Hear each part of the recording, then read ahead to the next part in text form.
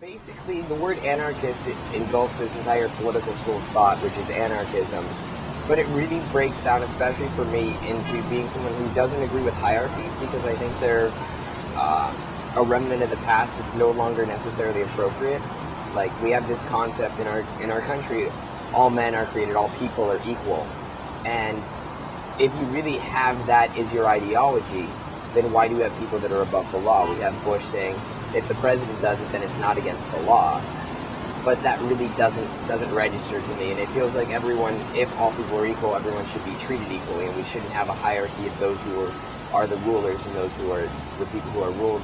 And I'm also an anti-capitalist. I feel that the capitalist system is one that exploits labor at the cost of building capital, and that it just isn't a productive system in terms of sustaining culture, community, and overall well-being across the population.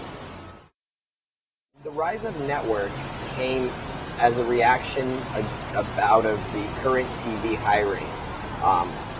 Before current TV was called indie TV, and they were going to be hiring, I think, 50 digital correspondents that were supposed to travel all over the country with their camera, their laptop, and beaming content up for this new network, which was originally indie TV, became current TV.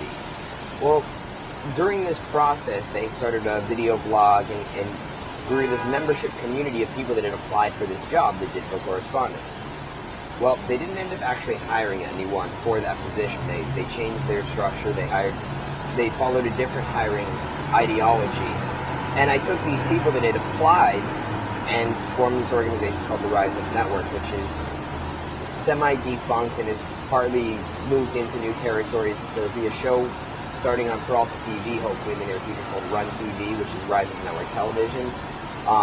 But the original core concept was primed to be implemented about a year ago, and then I went off to jail and missed really the window of opportunity. The closest web application to what we had anticipated building is like broadcaster.com or broadcast.com, I can't remember which. And the idea is to build a website that aggregates media content from all over the internet and provide a means for people to be sustained and paid for their work without using advertising or a pay-to-play subscription-based model. I was sentenced to up to 18 months. Wow. Basically, I filmed a protest in the city of San Francisco. It was an anarchist action demonstration, and the FBI showed up at my house 2 days later and asked for the videotape. And I just don't feel comfortable dealing with the FBI in general. And I didn't have anything particularly sensitive on the tape. I didn't have anything that was confidential on the tape, but I didn't feel that I should have to turn it over to them either. I did at one point offer to turn it over to them if they were to provide me with a signed affidavit that they would only use it for what they said they wanted to investigate, which was the attempted, or not the attempted, but the altercation with a police officer that resulted in the police officer having a fractured skull. So there was a serious altercation with some serious injuries that came out of it. I had no information about that, but I didn't particularly want the FBI thinking I was hiding it. So I said, if you provide an affidavit saying that this is only what you're going to use it for, then I can give it to you. They refused. The next thing I know, they come back 6 months later with a subpoena for the federal grand jury. I contact my attorney. We go through a motion to quash the subpoena. We go through a contempt proceeding. And at the end of about a 6-month ordeal, on August 1st, they put handcuffs on me inside the federal building, which is right there. Walked me up to the top floor where they have a small prison facility, and then shipped me to Dublin, California, where I stayed for about a month. After that month, I was granted bail by the Ninth Circuit, and then 8 days later, the Ninth Circuit ruled against me, and I was forced to return to the Federal Detention Center, where I stayed another 200 days or so. There's a few things that they wanted. They wanted the videotape. They wanted my testimony. There was nothing valuable on the tape. I thought that the principle for the tape needed to be fought for, but once I had lost that legal battle, there wasn't really big point in staying to protect the contents of a tape with nothing on it. It's like I fought for this right that we should have as media makers to protect our material, lost that fight, and then it was simply about the testimony. I didn't want to have to testify before a grand jury, because a lot of people don't know what a grand jury is like. It's a secret court, almost like a military tribunal. You don't get an attorney there, there's no judge, you can't have witnesses to verify what you said or didn't say, and it's a secret court proceeding. And so even if I didn't have any information to give them, there'd be no way for me to verify to the public that I wasn't aiding law enforcement in helping identify protesters that I was covering as a journalist. And I don't feel it's the role of a journalist to aid the government in terms of what they're covering. And how are you going to trust a journalist if that journalist is taking everything you say and submitting it to Homeland Security for an analysis? The court struggle was very strange. I believe the operative word was news gatherer and then the journalist shield for journalist privilege, which, because the law itself is called the journalist privilege, it was invoked as such, except the law doesn't exist, so that's a little bit complicated. But then news gatherer was probably the more operative term used in the legal documentation. I think it's hard to deny that what I was doing was news gathering.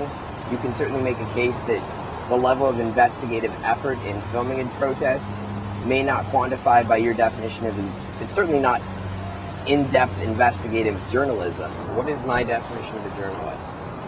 That's a very difficult one to quantify, because at its core, I'd say anyone who gathers and disseminates information is acting in the capacity of a journalist. They're acting in journalistic activities.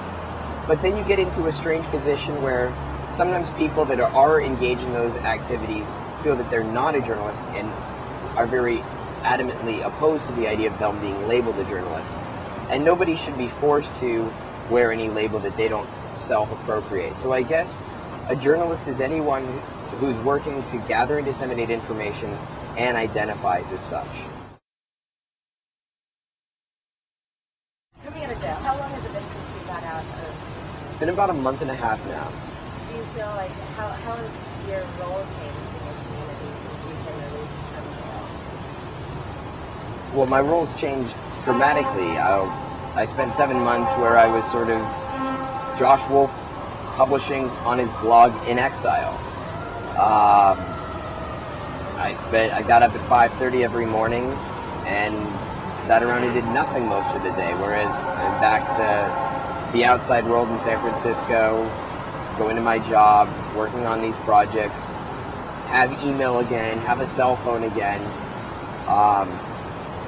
My role in the community, I had no active role in the community. I was sort of more a symbol than an active participant in the community while I was in jail. I was obviously active in the Dublin Federal Detention Center community, but wasn't directly active here in San Francisco. So now I'm back to working on the projects pretty much where I was before I went off to Dublin, except for I've got a little more notoriety. I get recognized from time to time, which is a bit strange, and it's interesting. You haven't become kind of a vlogging pseudo-celebrity? I would imagine a lot of you've gotten a lot more recognition. Yeah, I guess I'm like internet famous. It's a bit weird to see yourself in like Rolling Stone magazine. I'm like, that's strange. I'm gonna put that away now. I haven't really done much vlogging since I got out. It's been a lot of getting used to living normal life, and hard to engage in a blog when you created such a strong statement. Everything that you sit down to think about writing or think about shooting a video, and it just feels so trite that it really sort of acts as a self-censor, that you want to top what you just did, which is almost impossible to do, and as a result you don't cover more pedestrian issues that you might otherwise put on your blog, which is a bit frustrating.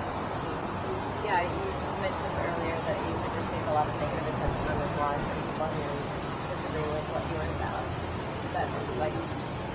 Has that been a little discouraging as well? Or? I mean, yeah, you kind of think of your blog as take into your living room. And so every once in a while, you have someone show up at your living room and be like, what the hell are you doing with this? What the hell are you doing with that? And you're like, yeah, whatever. That's just the wrong guest to have over. But when every time you post something to your blog, you've got 5 or 6 people that are screaming and shouting about how, let's see, I made one post actually from a rooftop not too dissimilar from this in Washington, D.C. And someone makes this post that's like, why do we have to see your picture on your website, and why don't you shave and get a job like normal people do? And it's like, well, it was 7 in the morning and I had just woken up in Washington, D.C. So I'm sorry I didn't take a shower first. Why are you coming to my And like, in 2 weeks I'm going back to work, and right now I'm meeting with Congress to advocate for a federal shield law. So it's not like I'm sitting in Washington, D.C. just checking out the Smithsonian.